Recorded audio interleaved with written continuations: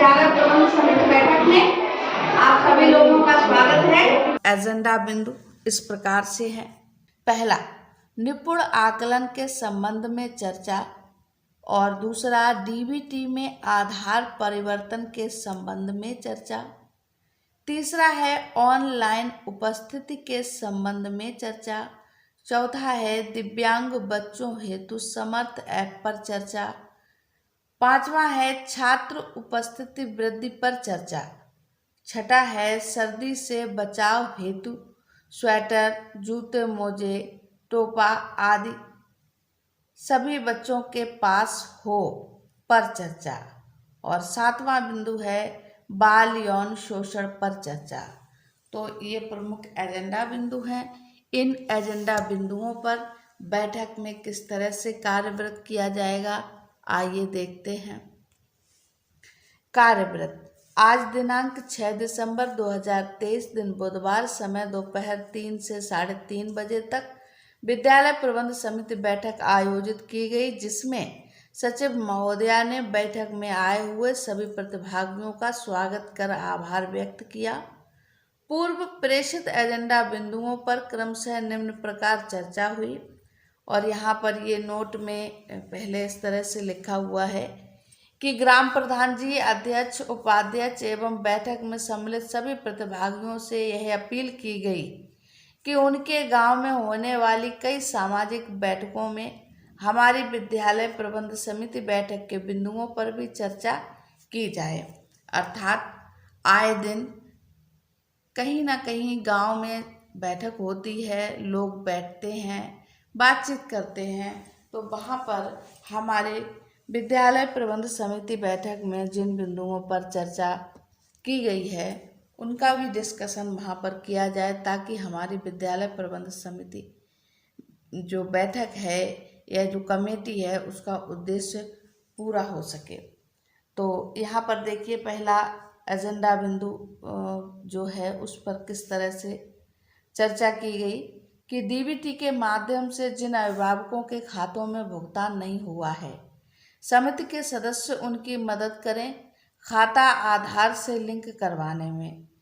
अन्यथा अभिभावक आधार स्कूल में जाकर परिवर्तित कराएं माता पिता का आपस में।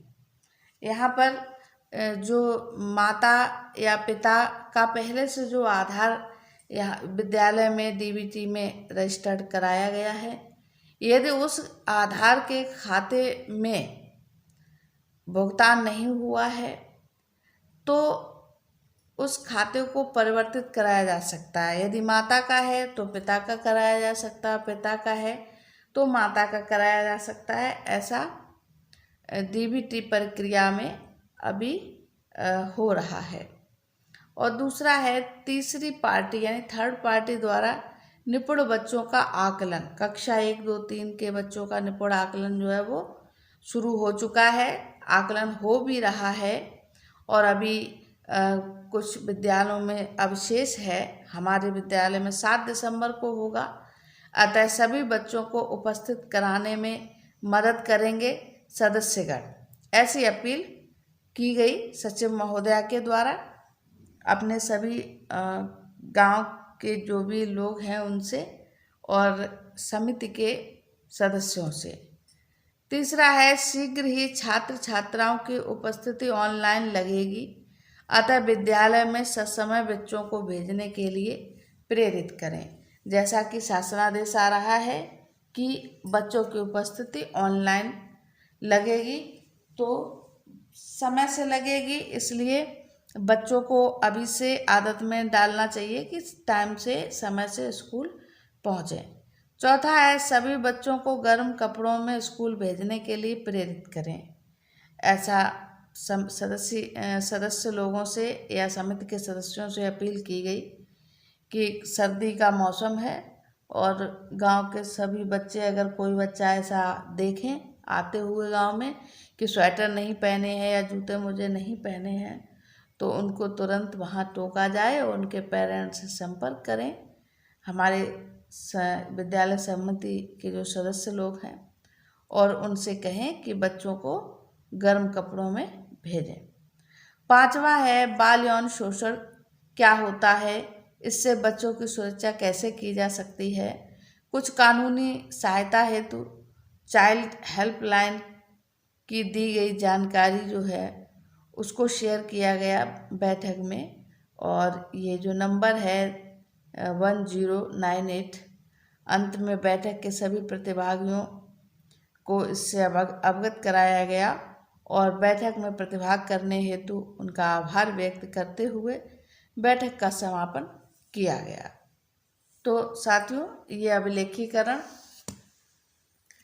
विद्यालय प्रबंध समिति बैठक का है माह दिसंबर का।